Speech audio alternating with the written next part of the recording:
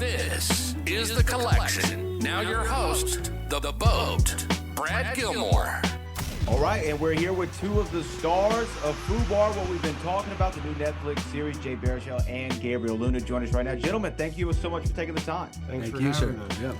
Hey, Gabriel, I want to start with you, man. This show, first off, is fantastic. And I know you've probably been hearing that all day, but it truly is. And your character, I would like to say, is very interesting in a variety of different ways. Very colorful guy, we'll put it that way. I don't want to give too much away. When you got the script and you read what this character's pathology was going to be, did you see a lot of meat on that bone and a lot of fun that you could have?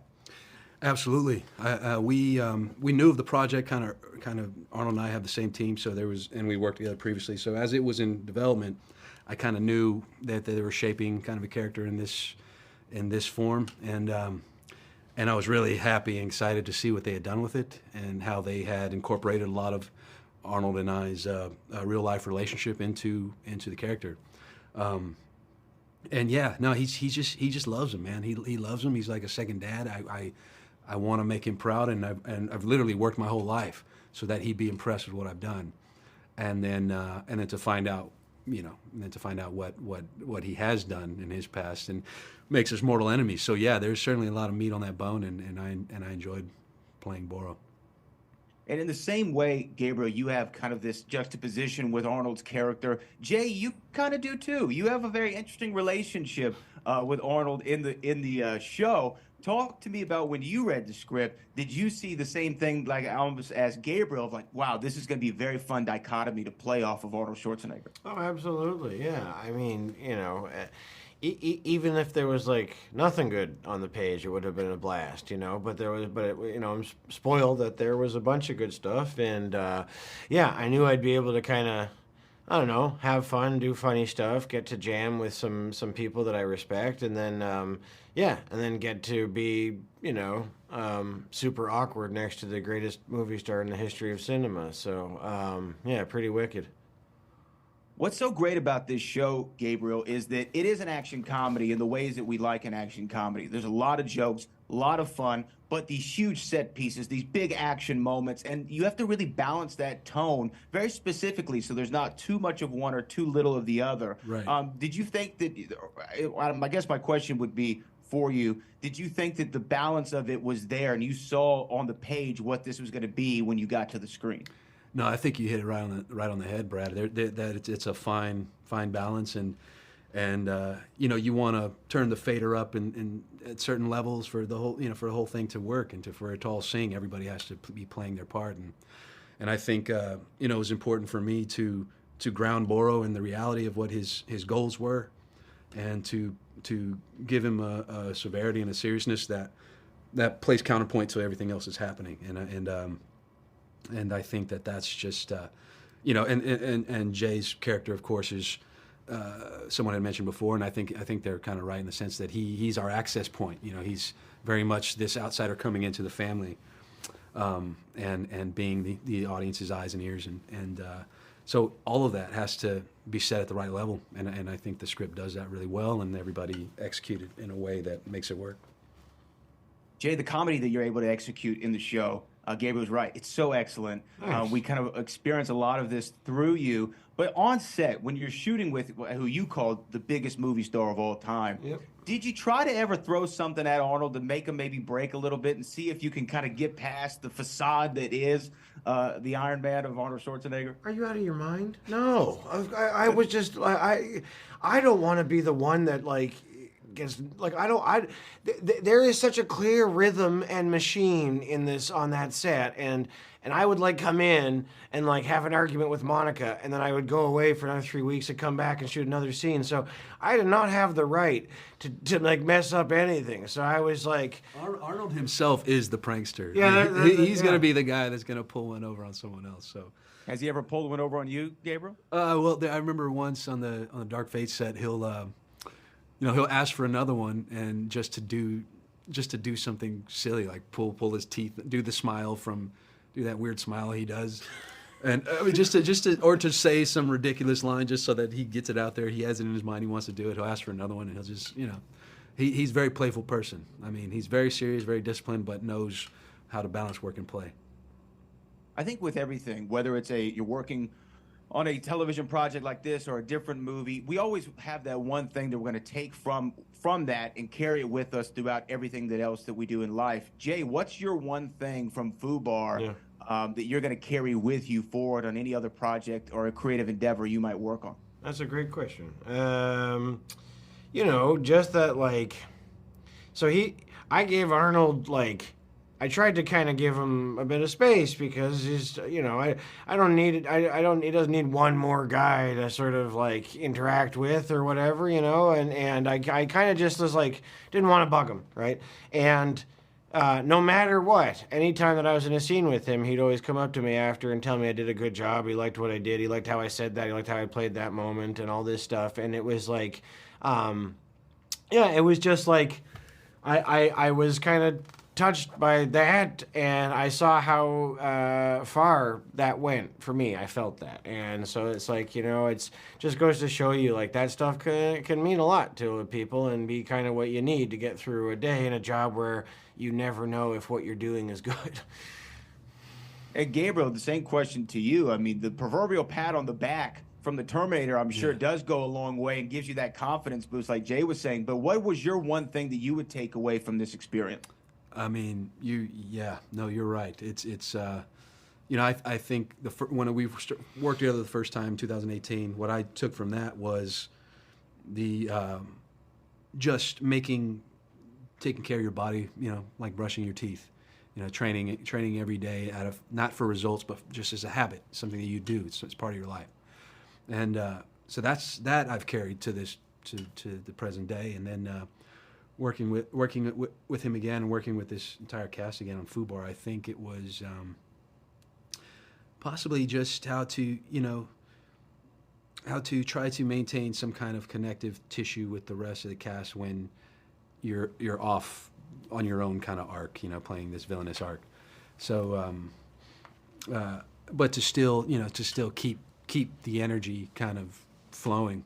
Even though we may not all have scenes together, I don't think Jay and I we may have one scene together. We're in one scene together. But yeah. But you have this, you know, I was able to build a really great friendship with him in the brief time we spent together, and it's just to always be accessible to the rest of your cast and your crew, and I mean, that's something I've always done. But I think that with one as big as this, with as many disparate kind of lanes and everybody's doing different things and different styles, to still kind of make it cohesive and build personal relationships that make the show feel a unit, you know.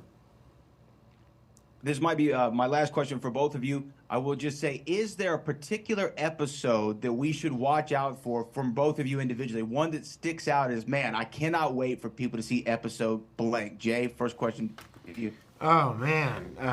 They're all good, right, guys? But no, that pilot is as good a first episode as I've ever seen of any TV show. Just like start to finish, no tracks you'd ever skip on that one. And we close it out pretty good too. So, but yeah, number 2 is a real motherfucker too. So there's a whole bunch of good stuff. I agree with Jay. I think the first and the last, and then there's a bit of a bottled episode somewhere in there for the CIA team, and just the discovery that they all make about each other in that scene in that bunker is really great. So I don't know which one that is, but that one's really good also. Well, you know what? Jay's right. The whole show's fantastic from beginning to end. FUBAR on Netflix. Jay Baruchel, Gabriel Luna. Thank you so much for taking the time. Y'all were both excellent in the show, and the show's great. Thank you so much. Thanks, Brad.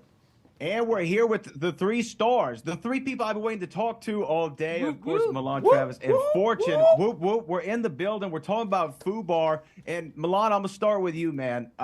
This show is great, phenomenal. First off, I'm sure everybody's been telling y'all that all day. It really balances the action comedy well. Opening scene. This pilot might be the best pilot I've seen of any Netflix show, bar none. And Netflix has great. They've got bangers after bangers, but this pilot was so good. And the opening scene establishes you and Arnold's characters' chemistry, and you have a real lived-in chemistry. You can feel it between the two of you, kind of almost a throwback to the True Lies between him and Tom Arnold.